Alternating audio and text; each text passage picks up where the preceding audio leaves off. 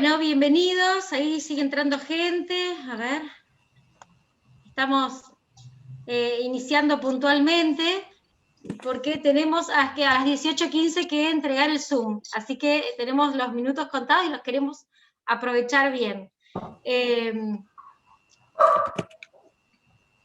No voy a presentar a Silvina porque se va a presentar sola, hace una presentación autogestiva que me encanta. Solo voy a presentar la idea que nos reúne hoy, que es la comunicación no violenta, desde dos aspectos. Uno es que cuando iniciamos las sesiones del instituto de este año, los iniciamos con una tormenta de ideas, donde escuchamos lo que todo este cuerpo que integra el instituto deseaba, necesitaba o esperaba de este año, y uno de los temas que salió fue la comunicación no violenta.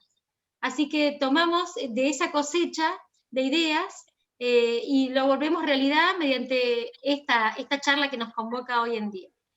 Y lo segundo que voy a decir es que la comunicación no violenta, cuando tomé contacto por primera vez con el libro de Rosenberg, fue algo que me atravesó profundamente, no podía parar de leerlo, a tal punto que, bueno, dije que estaba con un tema de estudio muy importante y no quería que nadie me moleste para dedicarme a leerlo golosamente, porque me pareció fascinante.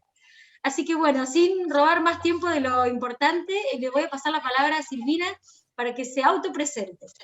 Gracias por estar con nosotros. Adelante. Gracias, Guille, y gracias, bueno, a toda la gente del instituto que arman estos espacios tan interesantes para encontrarnos. Ahí estaba leyendo el nombre de 3 personas, Laura, Verónica, bueno, no sé si después me ayudás a por lo menos los nombres de pila, porque estoy en el celular, entonces estoy con la, bueno, Marcela que está saludando, Magalí. Bueno, gracias por estar. A mí siempre me parece que necesitamos espacios de encuentro y espacios de reflexión, ¿no? Más allá de los espacios formales de capacitación o de profesionalización, siempre me parece importante para nutrirnos, hacer intercambios sobre lo que vamos aprendiendo con la propia vida.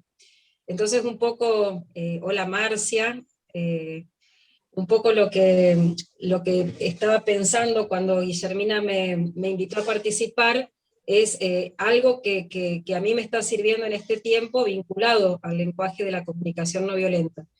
Bueno, mi nombre es Silvina Francesón, soy mamá de 3 adolescentes, eso le estaba contando recién a las chicas cómo iban mis nenas. Vivo en la ciudad de Santa Fe hace 10 años, soy oriunda de Santa Fe, pero viví 15 años en Asunción.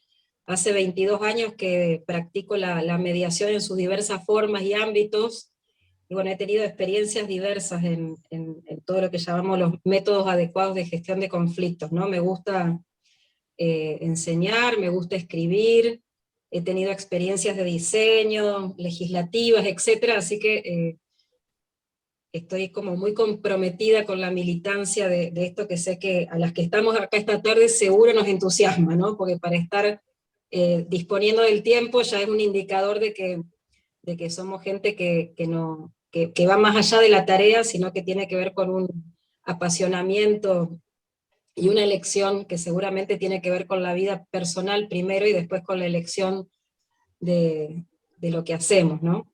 Así que bueno, agradecida por la invitación y sobre todo por encontrarme con colegas tan queridos de la ciudad de Rosario, ¿no? Y a lo mejor alguno que no es de Rosario, no sé si hay alguien que no es de Rosario que está escuchando, a ver si se puede identificar. Hola Uriel. Bueno, vos dirás, Uriel dice que no es de Rosario, de Totoras, qué bueno. Uriel es de Totoras, sí. Mira, Marcia es de Paraná, qué bueno, qué bueno. Hay linda gente haciendo mediación en Paraná, cosas muy interesantes. María Elena, de Sunchales, qué grande, María Elena, bienvenida. María Laura de Humberto Primo, qué bueno. Silvina, yo suelo ir a la zona de Humberto y de Sunchales porque solemos capacitar colegas por ahí, y trabajo también en Rafaela, que es la zona. Bueno, Ale de Santa Fe, Montevera, hola Marcos, ¿qué tal? Hola Gabriela. Silvina, vos sos muy humilde para la presentación y nos encanta, pero en realidad me gustaría que todos sepan, además de cómo vos te autopresentaste, que en realidad sos abogada, mediadora, con una alta formación en todo este tema de procesos de colaborativos en todas sus formas, no solo en la mediación, sino en la facilitación, en la negociación, en el arbitraje, y formada no solo en Argentina, sino en Colombia, en Paraguay, en Estados Unidos, y has participado como investigadora y como coautora de nosotros que estamos en mediación, y hace poco que hemos discutido uno de los proyectos de reforma de la ley de mediación, que ha sido un proyecto muy interesante, coautora con el doctor Jorge Hens, que se han discutido en el 2017 fue, Silvina, ayúdame, en la Cámara de Diputados, que tuvimos la posibilidad de participar, un proyecto muy lindo, muy integrador en materia de mediación, pero en todos los aspectos. Por eso digo, y ha participado en esto de la formación de consensos a nivel municipal, a nivel ministerial, y actualmente está como facilitadora y como capacitadora en la Subsecretaría de Acceso a la Justicia, es integrante del directorio del Colegio de Abogados de la primera circunscripción.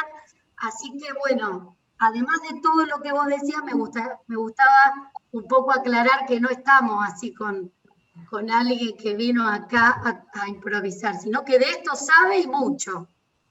Bueno, gracias Marce. Sí, de la comunicación no violenta diría que estoy como aprendiendo. Yo siempre digo que soy un aprendiz, ¿no? Porque esa forma de autodefinirnos nos da la posibilidad de estar siempre en proceso. Entonces, bueno, esto que te agradezco mucho la generosidad, esto que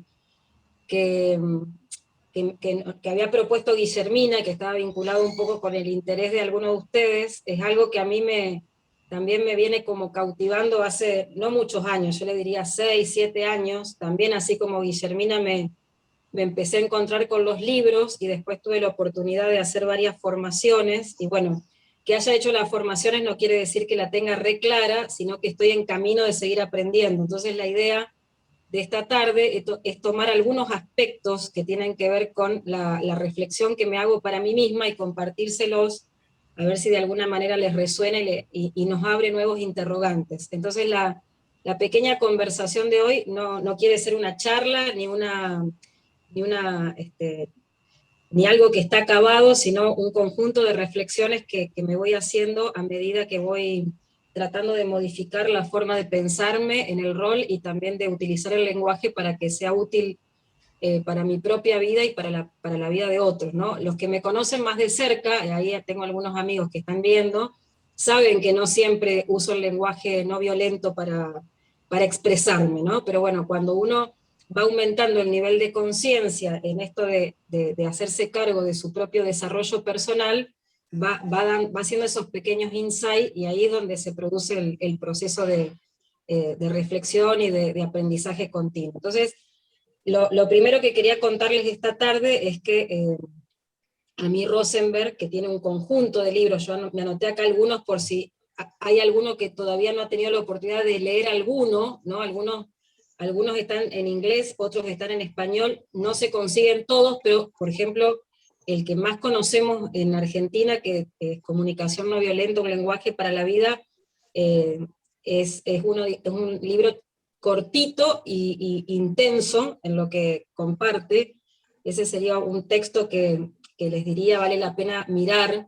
Ustedes saben que Rosenberg fue un psicólogo americano contemporáneo, ¿no? Falleció en el 2015, y este hombre básicamente dedicó 40 años de su vida a investigar por qué en situaciones de alta vulnerabilidad social, emocional, había personas que podían ser solidarias y compasivas, y por qué otras elegían ser violentas, ¿no? Y toda la teoría del enfoque específico de lo que él llamó la comunicación no violenta tiene que ver justamente con esto, con aproximarse a cómo el lenguaje y la reformulación del lenguaje nos puede ayudar a generar violencia en nosotros mismos o en los otros, o compasión y autocompasión.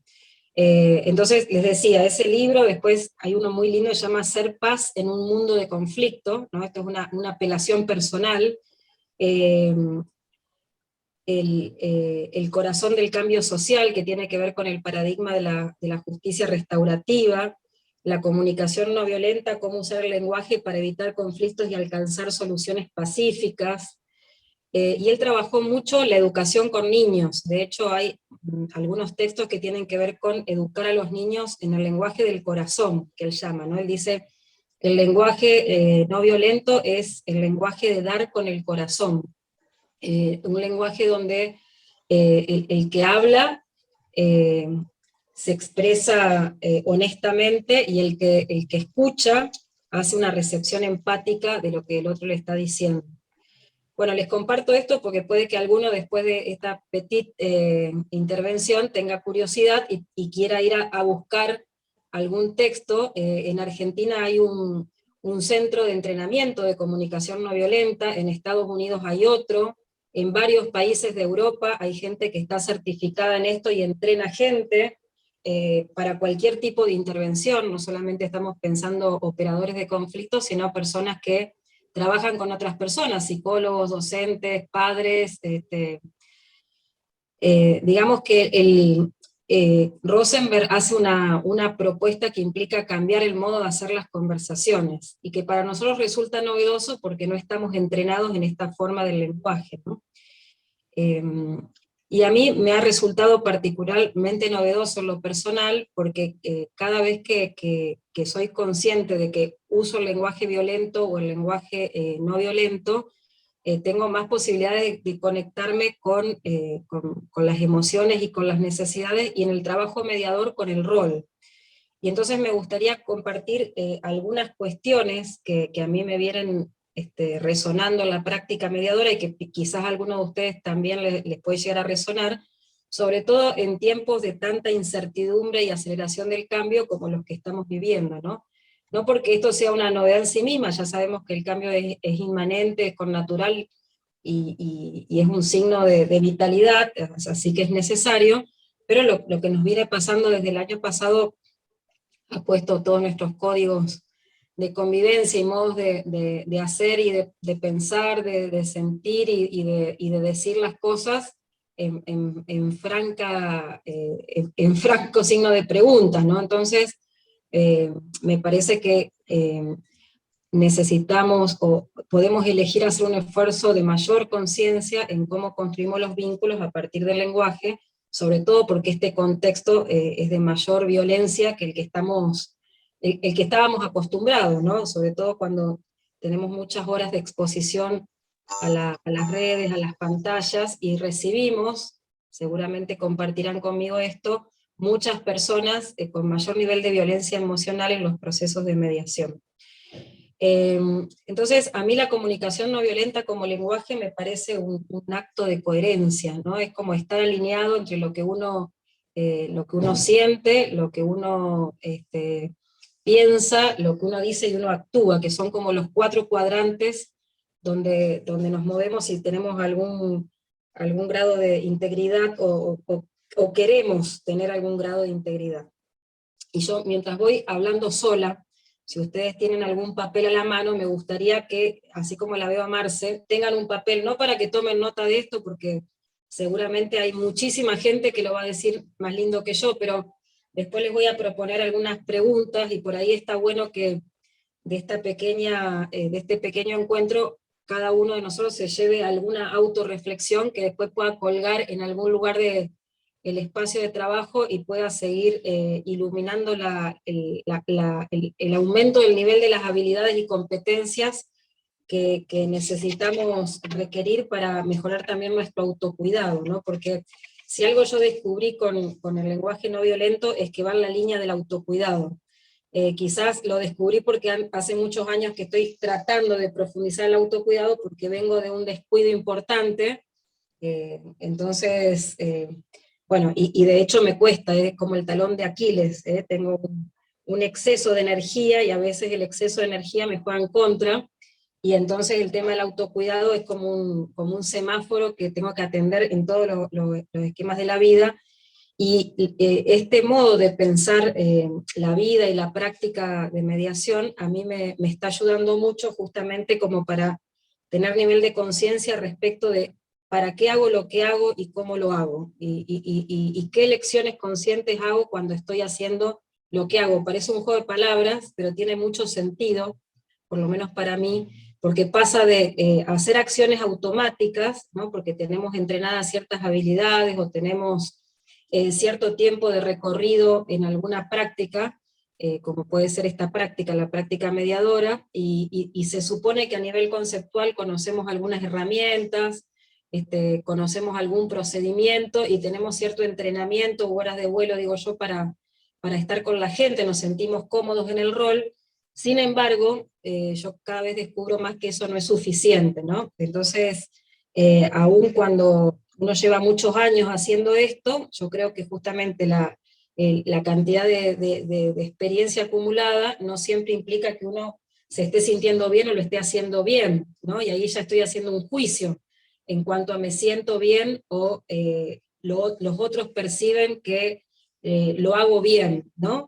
Cuando uno pregunta al otro cómo estás, fíjense, nosotros en general decimos bien, mal, más o menos, ¿no? Jamás decimos qué emoción estamos trayendo cuando decimos cómo estás. Entonces, la comunicación no violenta nos enseña a identificar lo que sentimos respecto de una situación determinada. Estoy como entreverando el orden, digamos, de lo que Rosenberg enseña, pero para los que no conocen el marco teórico, este señor arma un esquema como muy sencillo, y a su vez muy difícil de practicar, digamos. Lo sencillo suele ser de práctica exigida, ¿no? Entonces él dice, la comunicación no violenta se practica en 2 momentos y 4 pasos, ese sería el resumen, ¿no? En 2 momentos que implican la expresión honesta de un lado y la recepción empática del otro, y 4 pasos que los 2 interlocutores tienen que aprender a hacer. El primero, observar la situación que está aconteciendo sin juzgar, sin evaluar. Todo lo contrario a lo que estamos acostumbrados. Nosotros hablamos en lenguaje adjudicativo, lenguaje tú, y todo el tiempo juzgamos, ¿no? Juzgamos, criticamos, bueno, todo lo que ya sabemos que tenemos aprendido. Pero esto porque lo tenemos aprendido y pocas veces lo tenemos reflexionado, o cuando lo tenemos reflexionado, pocas veces nos damos el permiso de pasar al lenguaje yo, que sería el lenguaje no adjudicativo. El segundo paso es identificar y expresar la emoción, ¿no? ¿Qué me está pasando con esto que estoy observando? Y ponerle nombre a la emoción. Y ahí ya tenemos otro desafío, porque nosotros tenemos un déficit digamos, de falta de inteligencia emocional desarrollada, por lo menos hablo por la gente que conozco de mi generación, quizás alguno no, pero la mayoría de los que conozco, a todos nos cuesta ponerle nombre a las emociones, y nos cuesta socialmente decir, estoy triste, estoy frustrado, estoy confundida, me siento solo, estoy angustiada, me siento culpable por tal cosa, me siento insegura. Digamos, ponerle nombre a lo que nos está pasando es el primer paso para darnos cuenta de qué me está pasando respecto de esa situación. Y parece una cuestión tonta, pero hace toda la diferencia en cómo yo me posiciono relacionalmente frente a lo que estoy observando, y después a lo que voy a decidir con eso que estoy observando, ¿no? Entonces, ¿qué sabemos? Que hay un conjunto de emociones negativas y positivas en los efectos, digamos, que las personas transitamos todo el tiempo, y que pueden durar más o menos tiempo, depende de la intensidad, el contexto, la relación en que se den. Es imposible que estemos todo el tiempo en emociones positivas, digamos, ¿no? Alegría, asombro, confianza, aprecio, placer, seguridad, entusiasmo, esperanza, paz, compasión, mansedumbre, pero sí sabemos que cuando estamos mucho tiempo atravesados por una emoción negativa nos enfermamos, y también enfermamos las relaciones las relaciones que nos importan, digamos, las relaciones donde interactuamos cotidianamente. Entonces, este ejercicio desde el lenguaje, de darme cuenta cómo me estoy sintiendo con esto que estoy observando y pudiéndolo expresar, es un primer paso de salud, que está bueno hacerlo cuando hacemos el rol. O sea, que yo puedo estar escuchando un relato, y en ese mismo momento, que estoy haciendo varios procesos mentales y también procesos emocionales, puedo identificar que cuando escucho a Marcela, que me está contando esto, me siento angustiada, ¿no? Y tengo que encontrar el modo de expresar de algún modo, el modo más, por lo menos que yo reconozca en mí que estoy angustiada, ya es un primer paso. Después tendré que ver de qué modo comparto esto que me está pasando, y si es pertinente compartirlo ahí, o de qué manera. Me explico con lo que estoy diciendo. Entonces, ¿por qué digo esto de conocernos desde el lenguaje emocional? Porque hace parte de este segundo paso, ¿no? Identificar qué emoción tengo frente a la situación y qué responsabilidad asumo frente a esa emoción.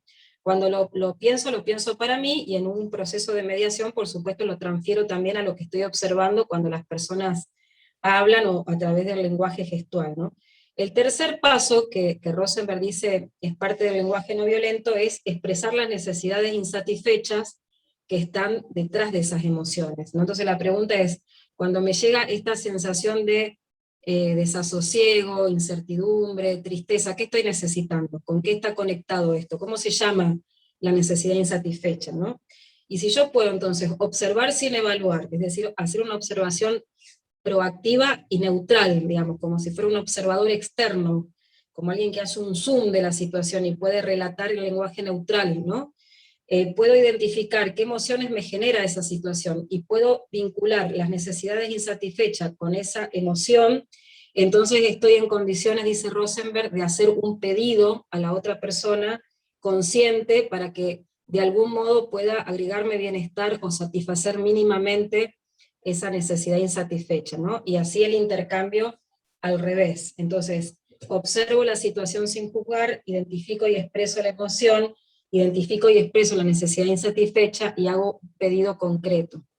Esto es mucho más complejo, pero es como un resumen de lo que él entiende por los 4 pasos o los 4 momentos que implican hacer este ejercicio desde el lenguaje no violento, ¿no? Y yo quería hacer foco en lo que él llama la autocompasión y la compasión. Entonces dice Rosenberg, el lenguaje no violento es un lenguaje compasivo, que lo que busca es renunciar a la violencia desde el lenguaje en todas las formas en que nos comunicamos, tanto con nosotros mismos como con los otros. Parece así como re sencillo, ¿no? A mí me resulta muy complejo. O sea, en general nosotros no tenemos conciencia de que somos violentos cuando conversamos. A veces alguien que nos quiere nos llama la atención, ¿no? En cómo nos expresamos, con qué tono de voz nos expresamos, o qué palabras usamos. Y entonces, bueno, si uno tiene cierta consideración hacia uno mismo, quiere aprender, tiene algún grado de humildad, puede tomar nota y hacer algo con eso, sobre todo si la persona con la que estuvo conversando le importa. Pero ciertamente muchos de nosotros tendemos o estamos como en un proceso de mucho trabajo, mucha demanda, algunos de nosotros también estamos a tiempo completo en la crianza, entonces cuando hacemos nuestros trabajos, o cuando decimos servir a la vida y a la vida de otros en el rol mediador, podemos llegar a funcionar en automático, ¿no? Y todo esto que estoy diciendo queda como un marco de referencia que no tiene ningún sentido, no hace ninguna diferencia. Pero fíjense que en la vida práctica, a mí, yo siento que este hombre, justamente este estudio que ha hecho de cómo hay personas que en un campo de concentración, en una guerra, pueden ser compasivos y autocompasivos, y hasta pueden tener gestos solidarios con el otro, de ser empáticos, de pedir de una manera que satisfaga sus necesidades y otros no. A mí me conmueve y me ayuda a pensar cómo puedo desaprender el lenguaje violento que tengo tan aprendido, ¿no? A nosotros nos sale fácil, yo lo digo por mí, a mí me sale fácil el lenguaje del juicio y de la exigencia. Aún cuando tengo deseo de cambiar el lenguaje, me doy cuenta que la exigencia, por ejemplo, me sale mucho más fácil que un pedido consciente, respetuoso y objetivo. Y lo justifico diciendo, bueno, este es el patrón en el que me he criado, entonces tengo que todo el tiempo estar revisando. Lo mismo el juicio, ¿no? Uno conversa con afirmaciones y rara vez, bueno, de hecho en este momento estoy afirmando todo el tiempo, rara vez usa la pregunta reflexiva o habilita una escucha amplificada como para que el otro sienta que estamos empatizando desde otro lugar y después ir con la pregunta, ¿no? Nosotros en el lenguaje mediador sabemos a nivel conceptual que el circuito deseado es escuchar, preguntar para comprender, parafrasear o retroalimentar para que el circuito continúe y se haga virtuoso. Pero la verdad es que muchos de nosotros muchas veces en esto del automatismo caemos en las propias trampas que enseñamos no tenemos que hacer. Y eso genera violencia, tanto para los que nos escuchan como para nosotros mismos, ¿no? Entonces, este hombre dice, la primera tarea de cualquier persona es la autoobservación y la autocompasión, porque yo no puedo ser compasivo con el otro, y puedo pensarme en este momento en cualquier mediación que tuve esta semana o la semana pasada, sobre todo aquellas donde hay un alto voltaje emocional y relacional en el contexto. Yo no puedo ser compasivo con el otro si primero no soy compasivo conmigo mismo. Rosenfeld es muy interesante porque es una persona que además toma para desarrollar su propuesta de enfoque específico de la comunicación elementos de la espiritualidad oriental, ¿no? Entonces, si uno lo lee así como más despacito, va a encontrar algunos elementos meditativos incluso, que algunos de nosotros practicamos en otra esfera de la vida, pero después se van como conectando. Entonces, él dice, cuando somos empáticos, por ejemplo, con nosotros mismos, las emociones se empiezan a serenar, y logramos ciertos estados de bienestar que no logramos si vamos rápido y nos olvidamos de qué estamos sintiendo, qué estamos pensando, o tenemos conciencia de qué estamos diciendo y cómo estamos impactando en nosotros y en el otro con el decir. Entonces, algunas cuestiones concretas que esta persona nos trae para cultivar la autocompasión, ¿no? Esto tomémoslo para la vida primero y después para el rol, ¿no? Pero lo estamos pensando en el rol. La primera cuestión que trae Rosenberg dice, elegir conscientemente que actuamos al servicio propio y al servicio de otros. Y tener conciencia de que cuando lo hacemos, estamos alineados con nuestros propios valores y nuestras propias necesidades. Alineado, que no quiere decir alienados, que es exactamente lo contrario, ¿no? Estar alineado con lo que creemos y con nuestras necesidades implica identificar en una situación concreta cuándo me corro, cuándo hago un parate, cuándo me salgo, cuándo pido auxilio, ¿sí? Porque muchos de nosotros tenemos como aprendido que tenemos que actuar por la demanda externa, ¿no? Porque por el mandato, por la culpa, por la recompensa externa, por el deber, y entonces muy fácilmente nos alienamos, es decir, nos corremos del eje necesidad-valor, y allí el cuerpo rápidamente hace impacto y nos informa emocionalmente de que por ahí no va, ¿no? Entonces cuando uno empieza a tener respuestas físicas del cuerpo y respuestas emocionales, hay que atenderlas porque esa es la información que nos tira la emocionalidad en el cuerpo para decirnos por ahí no, ¿no? Por ahí no estamos siendo íntegros en la elección y en el trabajo. Y un indicador muy interesante que yo por lo menos observo en mí, es cuando uno pierde la alegría, ¿no? Y la serenidad en el trabajo que está haciendo. Ese es un semáforo de que nos alienamos en vez de alinearnos a nuestros valores y a nuestras necesidades. Y cuando pensamos en las necesidades, es la lista completa de las necesidades que hemos aprendido, desde las fisiológicas hasta las de realización personal, las de reconocimiento, etcétera, etcétera, etcétera. Entonces, muy importante darnos cuenta si estamos eligiendo trabajar para estar al servicio de nuestro propio propósito personal y al servicio de la vida de otras personas, o para qué estamos haciendo lo que hacemos, ¿no? Muchas personas eligen la práctica mediadora como un oficio secundario. Bueno, eso tiene sus consecuencias en los otros y también en la persona que dice hacer esa práctica, ¿no? Luego, tomar nota del lenguaje emocional, esto que estábamos diciendo, porque nosotros somos seres emocionales, emocionados, vivimos con emociones, y no puede quedar al margen de ninguna práctica que hagamos. Entonces, esto de la necesidad de autoeducarnos emocionalmente, sobre todo cuando asumimos este rol de facilitadores de procesos de diálogo, lo cual implica todo el tiempo mirar y ponerle nombre a lo que me pasa, y también preguntar cómo se está sintiendo al otro, porque el registro que tenemos siempre es desde lo gestual y desde el discurso. Entonces, si no pescamos desde lo gestual, o tenemos dudas, podemos preguntar para que esa persona nos pueda dar en privada, en conjunto, o como queramos, el dato del tono emocional, porque el tono emocional, como sabemos, permea lo que pensamos, lo que decimos y lo que hacemos, ¿no? Entonces, bueno, es el termómetro que cambia toda la forma de funcionamiento del lenguaje. También cultivar la autocompasión significa ser como más asertivos a la hora de conversar, conectándome con lo obvio. Hace poco, bueno, Candela, que está ahí escuchando, lo va a pescar. Hace poco andábamos haciendo un taller de juegos cooperativos y estábamos jugando a cómo discriminar en los prejuicios, los mapas mentales, lo obvio y lo imaginario.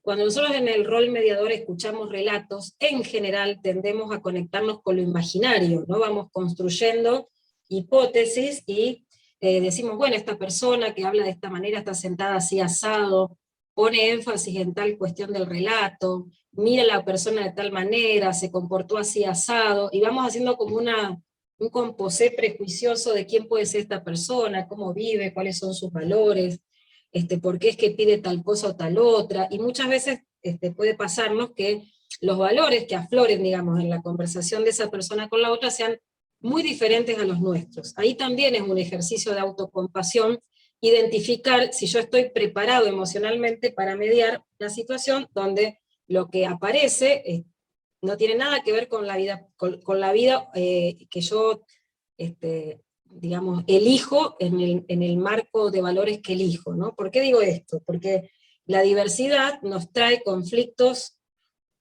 de todo tipo y color, y personas con vivencias muy diferentes, cada vez más, y cada vez más complejas, ¿no? Entonces, muchas veces el impacto emocional que significa escuchar relatos donde el otro elige cosas muy, muy distintas a las mías, hay que ver si estamos dispuestos a aceptar. Si estamos dispuestos a aceptar, es decir, si nuestro mapa mental puede ser lo suficientemente flexible como para ahondar sin juzgar, ¿no? Acuérdense que el lenguaje en la comunicación no violenta, la primera invitación es observar sin juzgar y sin evaluar. Si no hacemos eso, estamos siempre en el lenguaje adversarial, aunque digamos ser colaborativos y cooperativos a la hora de conversar, ¿no? Entonces, la autocompasión significa este primer nivel de identificar para qué hago lo que hago, y si estoy alineado con quien soy, con quien digo, con lo que creo, y qué hago con mi lenguaje emocional, y qué hago con esa información que me trae el lenguaje emocional. Luego, la autocompasión, dice Rosenberg, tiene mucho de autoconocimiento. Entonces, bueno, uno lo puede ver como una herramienta de desarrollo personal. Finalmente, quien practica la mediación hace muchos años se va dando cuenta que lo hace más para uno que para otros, ¿no?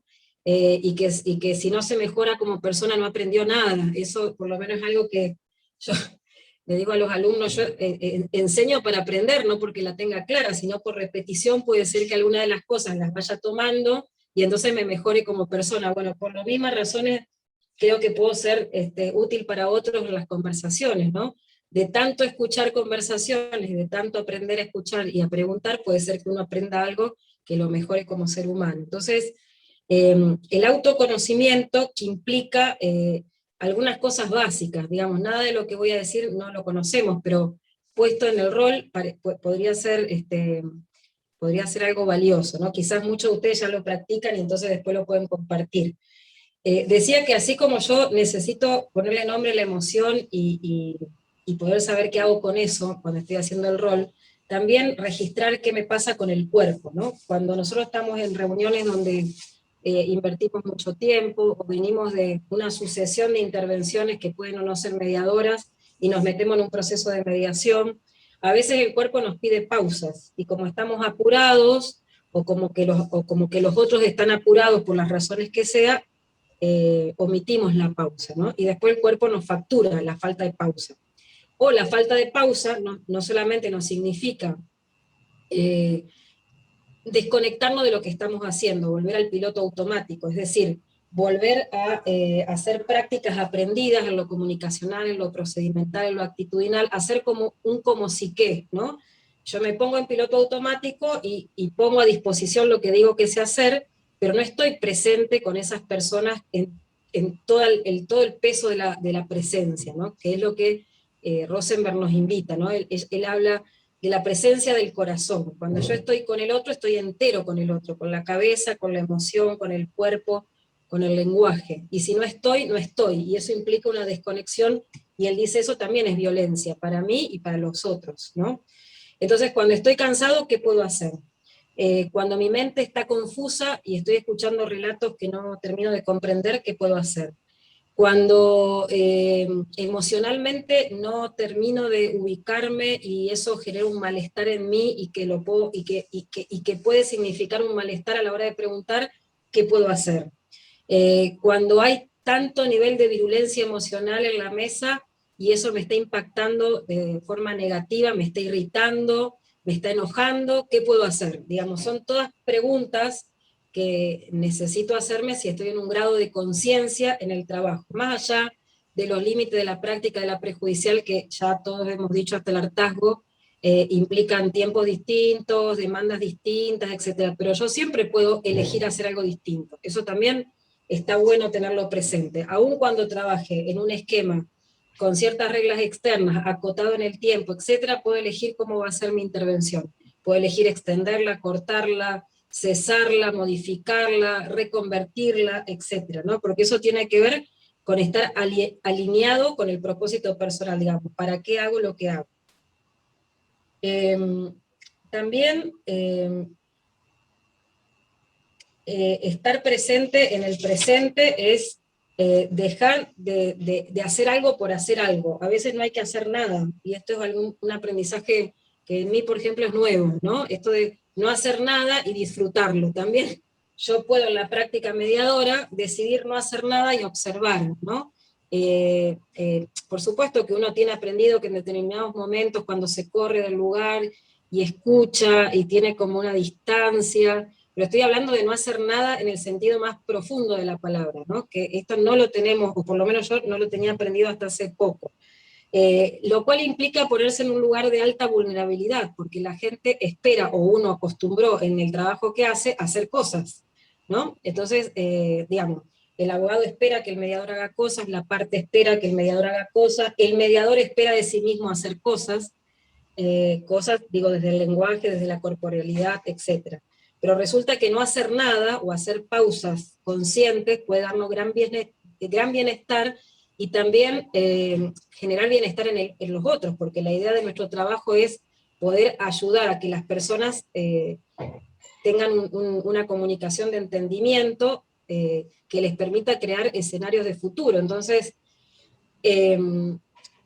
para algunas personas, transitar un proceso de mediación con esta calidad de atención puede hacer una diferencia importantísima en su vida. Entonces, bueno, una gran responsabilidad si lo hago con presencia plena, digamos. Y otro elemento que trae Rosenberg que tiene que ver con la autocompasión es el autorreconocimiento. Y acá me quiero quedar un ratito porque creo que muchos de nosotros tenemos problemas de autorreconocimiento, ¿no? Cuando uno dice autorreconocimiento tiene que ver con todos los autoestima, autovaloración, ¿no? Autocuidado. Entonces, este señor dice, yo me estoy autorreconociendo cuando hago elecciones motivadas respecto de en qué estoy contribuyendo, ¿no? Entonces, uno puede decir, bueno, tenía 5 mediaciones prejudiciales esta semana, y me doy cuenta que al término de la semana termino agotado, enojado y enfermo. ¿Será que tengo que hacer algo diferente para que realmente sirva al propósito propio y al propósito de alguien? ¿Podré hacer algo diferente? ¿Podré, no sé, pausar? ¿Podré, más allá de lo económico, ¿no? que por supuesto el trabajo también tiene que ver con una motivación económica, podré espaciarlo en el tiempo, podré aprender a identificar en qué momentos del día tengo más energía para estar disponible para mí y para los otros, podré comprometer a los participantes desde otro lugar para que yo pueda cuidar más mi energía, no solamente en el sentir, sino en el escuchar, en el hablar. Podré tomar menos trabajo, o podré en determinados momentos del año hacer como tomar pausas, hacer licencias o lo que fuera para reacomodarme. También la reacomodación emocional es parte del aprendizaje para poder después tomar como más fuerza para redoblar la apuesta y seguir haciendo el trabajo con integridad y con alegría, ¿no? Entonces, hacer elecciones conscientes con la idea de contribuir a nuestro propio bienestar, y dice Rosenberg, si contribuyo a mi propio bienestar, que parece una ecuación egoísta, contribuyo al bienestar del otro necesariamente, ¿no? Entonces, acá va una pregunta que me gustaría ahora sí hacer una pausa y dejar la pregunta. Nosotros estamos, muchos de nosotros, para no usar la generalización que ya sabemos que nos lleva a un lugar donde no queremos estar, muchos de nosotros tenemos el tengo que como muy introyectado, ¿no? Tengo que hacer tal cosa, tengo que hacer tal otra, tengo que. Estamos como educados en el tengo que. Y ya sabemos qué consecuencias nos trae el tengo que. Rosenberg dice, hay que cambiar el tengo que por el elijo que, ¿no? Que parece un juego de palabras, pero no es un juego de palabras, ¿no? Cuando yo digo elijo tal cosa, me estoy poniendo en una situación de poder personal, donde voluntariamente, siendo consciente de mis recursos, mi contexto, etcétera, tomo una decisión responsable y consciente. Mientras que si digo tengo que, estoy bailando el baile de los de afuera, ¿no? Tengo que ir a la reunión del directorio dentro de un rato, tengo que hacer 50 trabajos para llegar a fin de mes, tengo que estar de buen humor para que mis hijos estén contentos, tengo que ir a las reuniones familiares que no quiero ir, tengo que, bueno, uno puede dar cualquier cantidad de ejemplos, ¿no?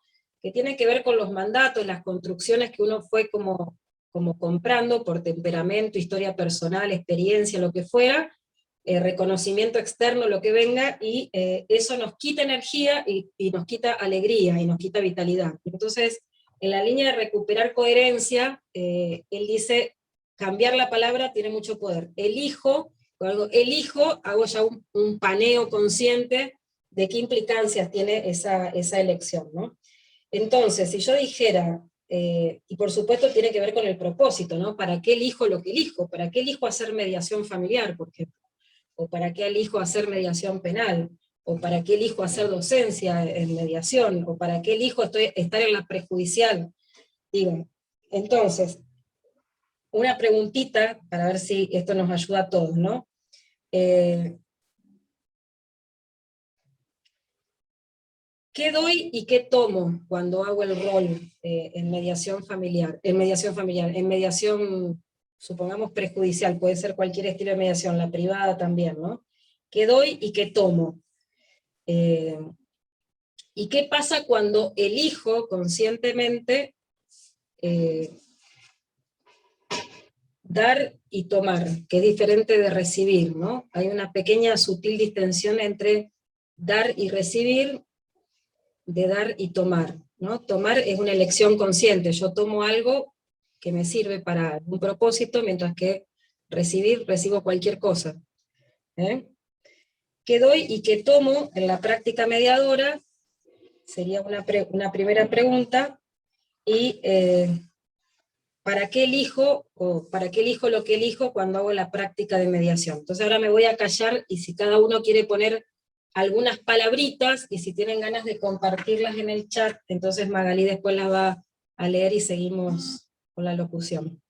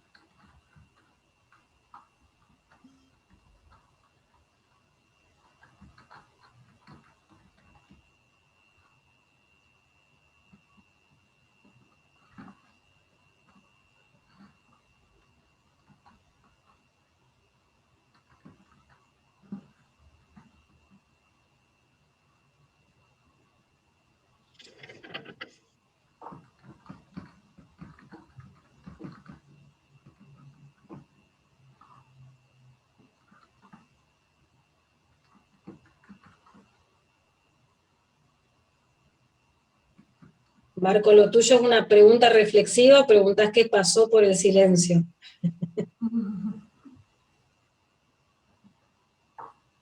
Bueno, si quieren anotar algunas palabras que se están regalando en este momento cuando decimos que doy y que tomo en el rol, elijo en el rol.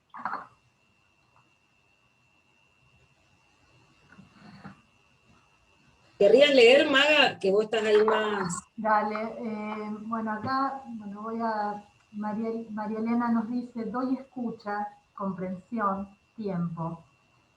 Bueno, yo puse que doy mi tiempo, mi deseo de escuchar, porque no siempre podemos concretar esa escucha empática, el deseo de comprender, mi esperanza de poder ayudar, y a veces tomo el dolor, la angustia, el conflicto del otro. Guillermina dice, doy atención, servicio, alivio.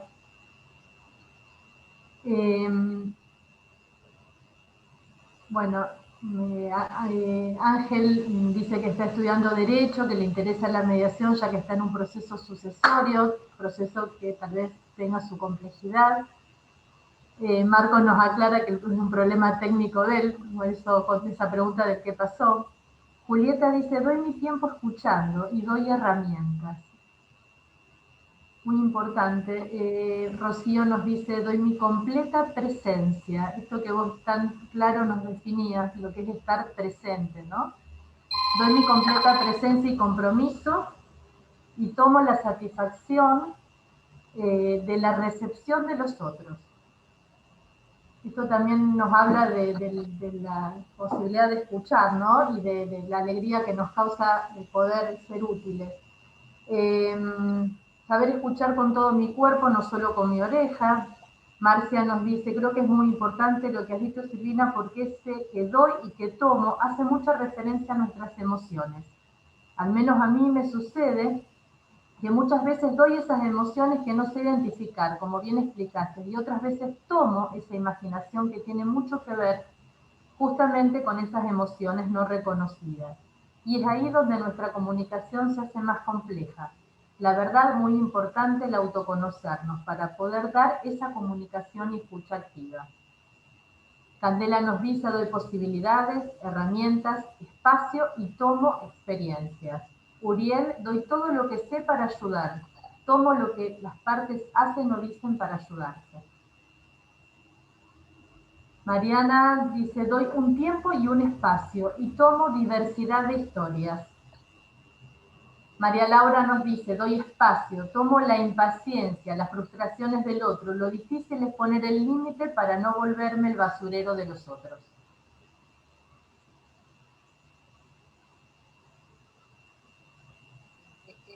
Qué rico, y ahí estoy haciendo un juicio otra vez, ¿no? Siento que esto es muy nutritivo todo lo que vamos trayendo. Fíjense con una pregunta tan sencilla como rápidamente podemos caer en la cuenta, esto, ¿no? ¿Qué doy, qué tomo en el rol y qué elijo? Que sería la otra pregunta, ¿no? Esto que dice María Laura, elijo no ser basurero emocional de los otros. Bueno, cuando yo elijo conscientemente eso, tengo que hacer algunas acciones desde el lenguaje para poner límite y después desde el cuerpo para ver también cómo pongo límite y cómo me cuido, ¿no? Entonces puedo poner pausas, puedo pedir hacer determinadas intervenciones de determinada manera, puedo armar reuniones de un estilo del otro, no sé, reuniones técnicas y marcar territorio, puedo hacer reuniones privadas más seguidas, puedo hacer reuniones conjuntas donde me vuelva más directiva y explicar por qué lo hago, ¿no? Entonces, todo esto tiene que ver con el autocuidado. Gracias por todo esto que estamos compartiendo, porque a unos y a otros nos sirve, ¿no? Mucho de lo que ponemos, fíjense, tiene que ver con la cuestión emocional, poco tiene que ver con la cuestión cognitiva, que en general la comprensión intelectual es lo que bloquea lo emocional, que es lo que nos sale fácil, porque también tenemos ese entrenamiento, ¿no? Escuchamos una situación y creemos comprender intelectualmente y vamos ordenando los elementos y después reproducimos desde nuestro mapa mental, bueno, más o menos según fuimos mejor o peor escucha en ese momento, pero en realidad la empatía pasa por estar ahí con todo lo que el otro trae, y poner el énfasis en observar lo que el otro observa, que justamente ahí está la tarea, escuchar lo que el otro dice que siente, escuchar lo que dice que necesita y escuchar lo que pide, ¿no? Si tuviéramos estos 4 pasos como un mapa mental para hacer el trabajo, también nuestro lenguaje se iría de a poco modificando, y esto se puede entrenar, por eso está bueno de tanto en tanto hacer estas conversaciones e ir como registrando entre nosotros qué nos hace bien, qué nos da valor, qué le da valor a las otras personas. Por eso es tan interesante hacer comediación, ¿no? Que es algo que a nosotros todavía no nos está costando, porque la comediación permite esto, que mi compañero me autoeduque, me eduque, y me marque, digamos, con la mayor compasión posible, las cosas que resuenan como fortaleza, y aquello que podría ser una oportunidad de aprendizaje, ¿no? Y ahí Rosenberg trae el tema de el autorreconocimiento como agradecimiento, ¿no? Entonces él dice, estamos muy poco entrenados en agradecernos, ¿no? Y en valorar aquello que hacemos bien, y aquello en el que otro me reconoce que hago bien, y lo pensamos ahora en la práctica mediadora. Entonces, el agradecimiento nos llena de energía positiva y nos permite también tener conciencia del poder personal que yo despliego cuando estoy en el rol de tercero, ¿no? Dejando de lado el ego, estamos hablando del nivel de conciencia, ¿no? Porque el ego siempre nos cuenta cuentos que nosotros, que no, digamos, distorsiona un poco esto que estamos diciendo. Estamos trabajando en entrenar en la conciencia y sacarle poder al ego, ¿no? Entonces, la pregunta que me viene y que les regalo es, a ver si también podemos llevarnos esto y pegarlo en la heladera o en el escritorio esta tarde, ¿qué yo puedo celebrar de mi práctica mediadora, digamos? ¿Qué tengo aprendido y experimentado como valioso en la tarea mediadora? Esa sería la pregunta. ¿Qué tengo aprendido y experimentado como valioso en mi tarea mediadora, ¿no? Ya sea porque escucho lo que dice la gente cuando termina alguna intervención, o lo que dicen mis pares, o lo que dicen los abogados, a ver qué nos surge.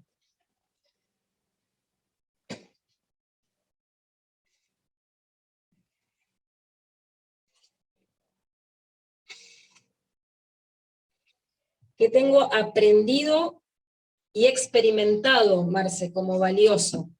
¿Sí? Experimentado como valioso en mi tarea mediadora, porque escuché que otros dijeron, y que yo me autorreconozco, y que yo me agradezco, o que otros me agradecieron, para anclar sobre lo valioso.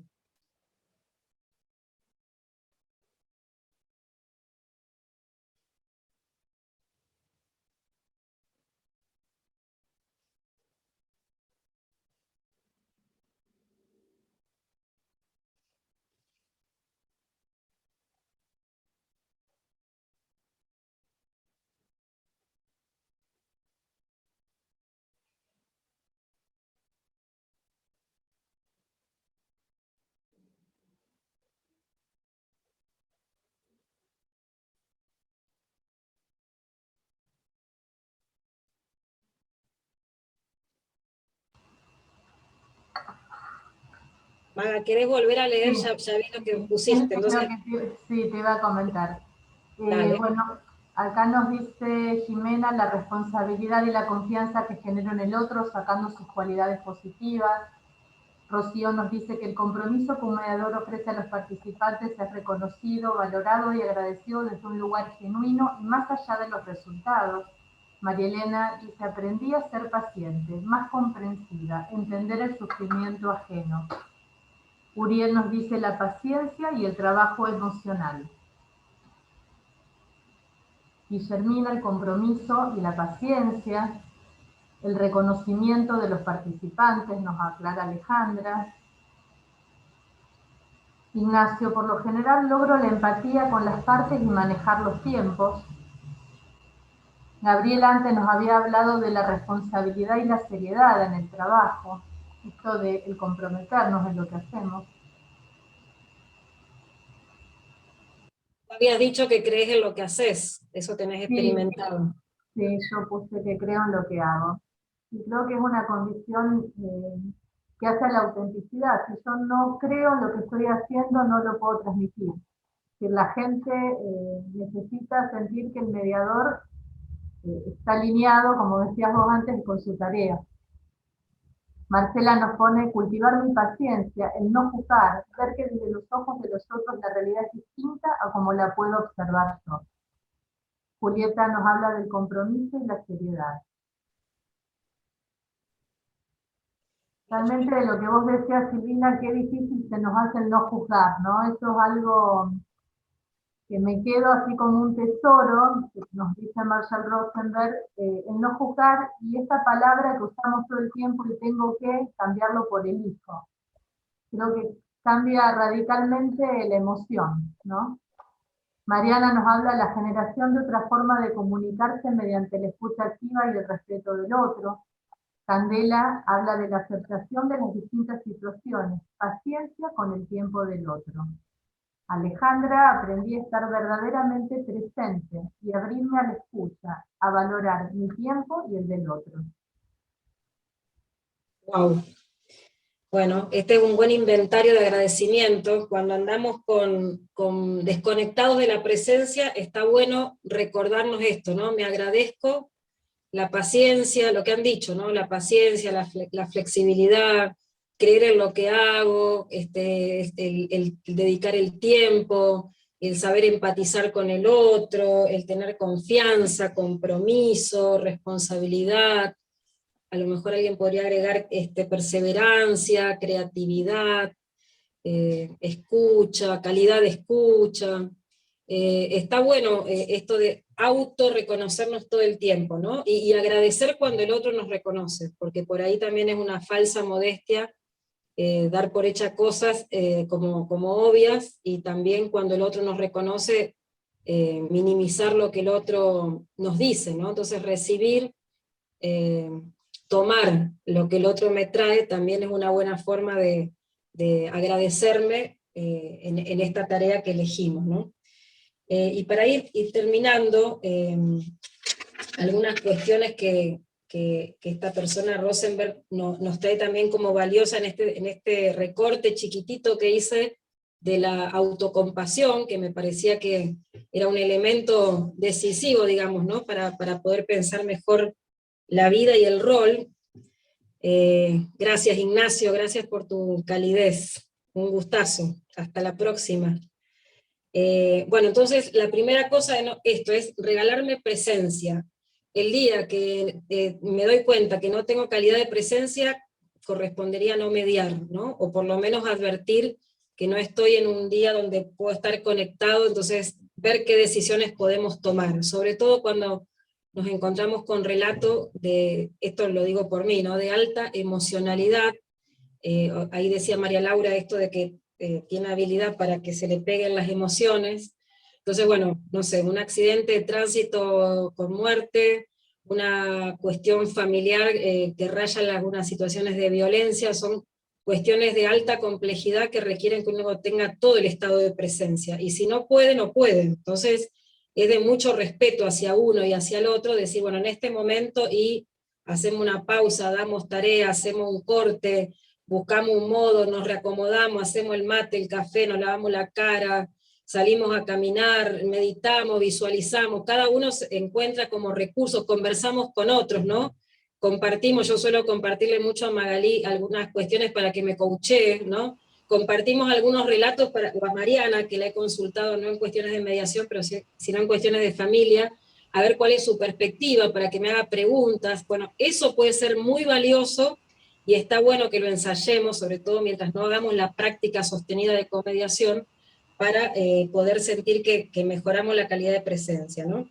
Lo otro es estar atento al malestar, porque el malestar es un semáforo que nos indica ahí una oportunidad, ¿no? Cuando yo estoy mucho tiempo en un estado emocional que podríamos llamar negativo, tengo que reconocer que algo está pasando, ¿no? Porque lo que nos sale es ponernos a la defensiva. Acuérdense que cuando nos sentimos atacados, naturalmente nos defendemos, y nos defendemos desde el lenguaje. O sea, nos ponemos agresivos, contestamos o empezamos a justificar podemos justificar desde la intervención hasta cómo queremos cobrar los honorarios, hasta por qué decidimos hacer una intervención de una manera o de otra, o una reunión de una manera o de otra, o atender la necesidad de una parte de otra, de un abogado del otro, etcétera, ¿no? Entonces, ¿qué cosas nos ayudan ahí? Fíjense, cosas re sencillas, dice este señor, ¿no? Respirar, ¿no? Por supuesto, respiramos todo el tiempo, si no estaríamos muertos, pero respirar quiere decir hacer la pausa y respirar, o sea, conectarnos con el cuerpo y entender qué me está pasando con esto que estoy escuchando, que estoy observando, que estoy sintiendo, y detenernos y respirar y ofrecer empatía a los otros. Y este ejercicio también se lo podemos prestar a las partes, ¿no? Cuando vemos que la cosa da como para hacer una pausa. Quizás ahí hay que atreverse a ofrecer recursos no convencionales que implican algún estado de bienestar. Finalmente somos humanos, el conflicto no es connatural, y ahí estamos con nuestra vulnerabilidad para tratar de estar mejor, básicamente. O sea, el mediador no está pintado, no es de palo, no es alguien que no sufre con el otro, como decía recién una de las colegas. Entonces, esto de detenernos, respirar y ofrecer empatía a nosotros mismos y a los otros. Expresar nuestras emociones y necesidades. Esto de cuando necesitamos decirlo, hay que decirlo, el lenguaje en primera persona y lo más respetuoso que nos salga. Y la otra es retirarnos, ¿no? Saber cuándo tenemos que pausar e irnos. A veces irnos del procedimiento completo, a veces venir, buscar ayuda para que alguien venga, a veces coacharnos, a veces retirarnos para hacer una reunión más adelante. A veces también es reconocer que la situación nos excede, porque toca alguna fibra íntima de alguna historia de nuestra experiencia y no estamos preparados en ese momento emocionalmente para facilitar de una forma equidistante y saludable. Y está muy bueno, un acto de agradecimiento hacia uno mismo, de descubrir que uno a veces no puede, ¿no? A mí me pasó que cuando recién me divorcié, por mucho tiempo no podía escuchar historias familiares parecidas a las mías, y llevaba muchos años de práctica de mediación y de trabajo con familias, ¿no? Bueno, pero era una autolimitación, entonces reconocer que en ese momento no podía fue un respiro, ¿no? Tuve que hacer otras cosas y mediar en otros ámbitos, pero no en el familiar, porque ese me era particularmente sensible emocionalmente y no era saludable ni para mí ni para las personas a las que podía yo servir en ese momento, ¿no? Luego la reparación física, esto que decía de restaurarnos, ¿no? ¿Qué herramienta nos podemos inventar para, después que salimos de una reunión, volver a tener contacto íntimo con nosotros mismos antes de llegar a la casa o de ir a la siguiente reunión o al próximo trabajo? Esto de aprender a espaciar mejor las tareas para no tener una reunión atrás de la otra, que sabemos que el cuerpo queda impactado y emocionalmente nos pega a veces de una manera que no alcanzamos a restaurarnos. De esta manera tenemos oportunidad de empatizar con nosotros, como decía, y también de darnos un respiro. Yo honestamente creo que a medida que vamos aumentando nuestras competencias en esto del autoconocimiento, la autoempatía y el autorreconocimiento, no solamente nos vamos volviendo mejores personas, sino que realmente podemos ser más útil al propósito de la mediación y a lo que queremos, ¿no? Y a lo que creemos. Así que bueno, esta era un poco la idea y creo que terminé, Guille, bastante en tiempo antes que se nos desaparezca el Zoom. Les agradezco muchísimo la generosidad en las palabras y quizás... Tenemos unos minutitos aún, no muchos, pero tenemos algunos minutos. La verdad que estoy encantada con escuchar todo esto del autoagradecimiento. Se me venía a la mente una cuestión que yo la experimento en mí, de la que fui tomando conciencia y la voy experimentando en mí como un obstáculo al autoconocimiento, a la autocompasión, el autorreconocimiento, que es el diálogo interno, ese nivel de violencia que puede tener el diálogo interno con uno mismo, ¿no? Decir, bueno, podría haberlo hecho mejor, la exigencia, ¿no? El juicio con uno mismo respecto de la propia labor. Eso es una materia de trabajo permanente. de concientización también. Está muy bueno lo que, es un juicio lo que estoy diciendo, ¿no? Siento que me sirve lo que decís, Guillermina, porque justamente este señor dice, el acto de la autoobservación tiene que ver con ver cómo nos hablamos, ¿no? Entonces, si yo estoy acostumbrada a hablarme desde la autoexigencia, desde la crítica y desde el juicio, en realidad es el ego el que habla, no es, digamos, no es mi conciencia. El primer acto es observar eso, que el diálogo interno va por esa línea. Entonces ya empiezo a desactivar, digamos, cuando yo observo que así estoy pensando, hago la contrapropuesta, digamos, ¿no? Entonces le digo al ego, bueno, esto no es, digamos, observo lo que estoy pensando, ¿no? Para los que hacemos meditación, esto es observar conscientemente sin tomar partido por eso. Yo observo que mi cabeza dice, che, lo podrías haber hecho mejor, mirá que en tal cosa no sé qué, la otra vez estuviste más asertiva, fuiste más didáctica, la gente se fue con no sé qué o no sé cuánto, digamos.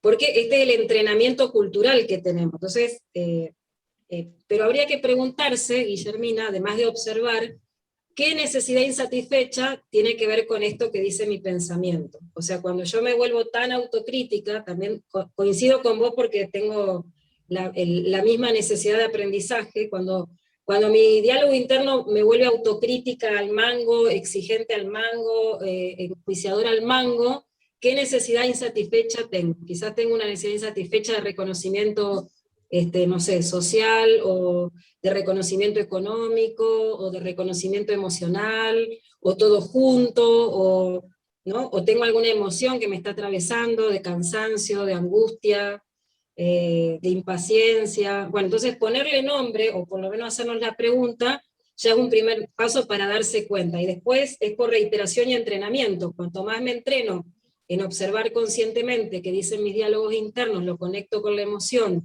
y lo conecto con la necesidad insatisfecha, voy aprendiendo, ¿no? Entonces, una forma de domesticar el ego bueno, que lleva la vida misma, pero que ya por lo menos ponerse en tarea ya es un paso. Por lo menos yo siento que es un paso. Y esto es paso a paso. Sí, así es, esa conciencia sobre el diálogo interno, y a través de nuestro diálogo interno es como construimos la manera de pensar, y en definitiva después la de actuar también, ¿no? Entonces pensaba que, y trato de hacerlo, cuando aparecen esas voces exigentes, bueno, no, acompañar con otras voces más amables.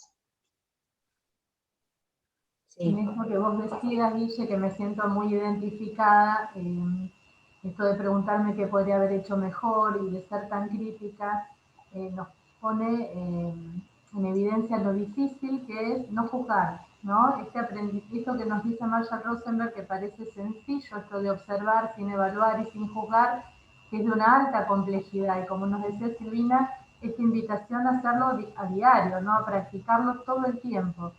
En la medida en que podamos ser compasivos con nosotros, vamos a poder hacerlo con los demás. O sea, como la mediación muchas veces decimos que es una práctica, es un hacer, bueno, también en este hacer de la mediación tenemos que aprender a ser conscientes de cuánto juzgamos, cuánto evaluamos, y cómo eso va en contra de la escucha empática y de nuestra tarea mediadora, ¿no? Entonces, bueno, seamos pacientes con nosotros, valorémonos en las cosas que hacemos bien más que hacer poco en lo que hacemos mal, y trasladar eso a la gente, ¿no? Creo que eso nos va a ayudar a ser mejores mediadores. Gracias, Maga, y gracias, Andrea, que ahí tuvo una intervención muy amorosa.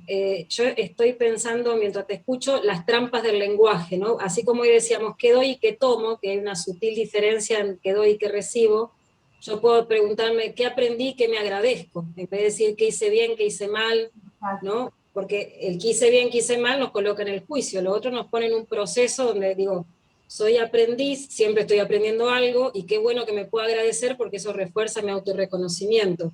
Y esto que vos decías de la paciencia y el perdón, que son dos modos de estar que tampoco tenemos tan entrenado, por lo menos en mi caso, ¿no? Cuando hacemos la tarea mediadora tenemos que no, ahí otra vez vamos a la exigencia, podemos elegir ser pacientes con nosotros mismos y con lo que estamos haciendo, y también podemos elegir perdonarnos por cuestiones que no surgieron, no dimos cuenta, o podíamos haber hecho de otra manera, pero en ese momento no se dio de esa manera. Hola Silvina. Silvina dice que en teoría deberíamos estar permanentemente en testeo personal. Y sí, la propuesta de Rosenberg es esa, ¿no? Yo elijo hacer desde el lenguaje, reducir la violencia conmigo y con el otro, elijo conectarme con lo que está pasando en forma neutral, conectarme con las emociones, conectarme con las necesidades y hacer pedidos que me aporten bienestar para la vida desde el momento que estoy haciendo el testeo permanente. Si no, estoy haciendo otra cosa que en realidad, por eso lo traía, es lo que tenemos aprendido y que algunos de nosotros queremos desaprender o estamos desaprendiendo y aprendiendo para tener mayor estado de bienestar y mayor conexión con el propósito y la tarea, ¿no? Gracias, Maga. No, gracias a vos, Silvina, realmente un placer siempre escucharte y bueno, somos todos aprendices en este camino del lenguaje de vida que nos propone Marshall Rosenberg y bueno, hoy nos diste un empujón muy grande y creo que mucha gente va a sentir la tentación de leer estos libros, de aprender este nuevo lenguaje. Gracias, María Laura, por lo que decís, muy amable. Gracias, Julieta. Bueno, Rosenberg está disponible en todos lados, así que incluso hay videos re lindos en YouTube para aquellos que por ahí quieren hacer de autodidactas y, no sé, escuchar, hay audiolibros, entonces uno puede como, más allá que está bueno participar de espacios formales de entrenamiento, donde uno tiene la posibilidad de hacer otros procesos reflexivos, ya tener contacto con el contenido y con lo que rumiar lo que este hombre propone, nos puede ayudar a hacer algunos pequeños cambios en la vida personal y en la vida de relaciones, ¿no? Y después, por supuesto, va a ir en la línea de mejorar el rol y la tarea que elegimos. Yo veo que es como fundamental el ejercicio, porque es tan fácil volver no sé, a volver a cometer, a volver al lenguaje violento, ¿no? Decir, bueno, tendría que haberlo dicho mejor, podría haberlo hecho mejor. O estar todo el tiempo juzgándose, juzgando a los demás, juzgando las situaciones. Es como que en la teoría es fundamental y después siento que la práctica y el ejercicio tendría que estar puesto en práctica permanentemente. Tiene que haber espacios de práctica para esto. Sí, totalmente. Bueno, gracias Candela y María Elena, que ahí también hicieron un comentario muy amoroso. Pero bueno, dice María Elena, ¿no? Darse cuenta es el primer paso, y después autocorregirse, ¿no? Esto de decir, bueno, pescar. Yo usé el lenguaje del juicio. Bueno, ¿cómo lo dijo en el lenguaje de la observación neutral? O cómo reformulo esto de decir, ¿cómo estás? Bien, mal, donde no digo nada, no conecto con ninguna emoción. Gracias, Alejandra. O qué peso le doy al lenguaje, por eso de la construcción del lenguaje, porque lo que él plantea justamente es esto, ¿no? Es complicado no juzgarse, claro, Candela, si estamos entrenados para la eficiencia, la efectividad y la competencia. Imagínate cómo no vamos a ser buenos en juzgarnos. La cooperación justamente tiene este desafío, ¿no? En ser más, en ser compasivo. Bueno, ser compasivo es una tarea, y como bien decís, Guillermina, es un trabajo práctico. Es como andar en bicicleta, entonces es por acumulación de práctica. Y si uno va pescando, va como haciendo los pequeños insights. La próxima vez te va a salir distinto y así sucesivamente hasta que uno vaya como encontrando, también yo siento, ¿no? Que la respuesta que me da el otro es un termómetro para saber cómo lo hago. Pues yo puedo creer que lo estoy haciendo de una manera compasiva, usando un lenguaje neutral, poniéndole nombre a la emoción, identificando y expresando la necesidad, haciendo una petición clara, objetiva, respetuosa, y resulta que no, que el otro no lo escucha así. Entonces, bueno, tengo la posibilidad de reformularlo, y eso también es estar en proceso de cambio y en proceso de aprendizaje. Pero sí coincido que cuanta más práctica hagamos juntos, entonces, bueno, también uno tiene más, juntos podemos hacer cambios más acelerados, ¿no? No es lo mismo la autoobservación individual, que obviamente es necesarísima y hace la diferencia, que hacer espacios de práctica donde uno pueda trabajar el rol e intervenciones que me lleven a mirar esto que queremos modificar. Claro. Incluso muchas de estas voces del juicio que tenemos internalizadas y que operan en nuestro diálogo interno, no son personales o individuales, sino son colectivas. Y no es una coincidencia que se repita en cada persona, es algo que está en la educación, algo que está en la sociedad, en nuestros mandatos, ¿no?, que tenemos introyectados. La matrix cultural, económica, etcétera, que tenemos, ¿no? Pero bueno, en el discurso creo que todos los que estuvimos compartiendo esta tarde tenemos esta claridad. Por eso decía que la propuesta de este hombre es simple en lo teórico y difícil en la aplicación, ¿no? Es como la práctica meditativa, cuando uno arranca a aprender a meditar, y se está entrenando, el que entrena dice, esto es todos los días un ratito, digamos, así haya uno hace 20 años tener el entrenamiento, es todos los días sentarse un ratito a hacer el proceso de la práctica meditativa, ¿no? Bueno, esto es así, todos los días estar atento a cómo lo digo, cómo me escuchan, cómo lo escucho, cómo corrijo. A mí me parece un aporte muy, muy sanador el que hace este señor, ¿no? De hecho, el reconocimiento que ha tenido en el mundo de la resolución de conflictos va por esa línea, ¿no? Como una persona que ha ayudado a sanar relaciones, sobre todo en los conflictos internacionales. Y eso es una palabra, por lo menos para mí, mayor, ¿no? Sanar relaciones quiere decir haber tenido un grado de profundidad en la conversación con el otro, que al otro lo transformó de alguna manera, aunque sea un chiquito. No siempre nosotros podemos observar que nuestras prácticas mediadoras hayan transformado a alguien, ¿no? Son intervenciones más superficiales. Después por ahí nos enteramos de algunas cosas. Silvina, bueno, yo creo que estamos cerca del cierre y me gustaría preguntarte o que nos des algo que nos quede en esto de ejercitar la autocompasión y que tanto hablamos. No tips, ¿qué ejercicios nos podés recomendar para practicar esto de la autocompasión? Bueno, yo diría escuchar cómo hablo y tomar nota de qué palabras uso para hacer ese ejercicio de cambiar las palabras, ¿no? Observar lo que estoy pensando, ponerle nombre a las emociones, tener conciencia del cuerpo y de qué información me trae el cuerpo, y bueno, y hacer algo con todo eso. O sea, no solamente observar para observar como deporte, sino pasar de la observación a la práctica, o sea, tomar acción frente a eso, y después ir viendo, ir probando, a ver cómo me siento con eso. Y el termómetro es el estado emocional. Si yo estoy en estados emocionales, digamos, con efectos positivos, ese podría ser un buen termómetro de que estoy ahí, alineada. Y si es al revés, es altamente posible que me aliené.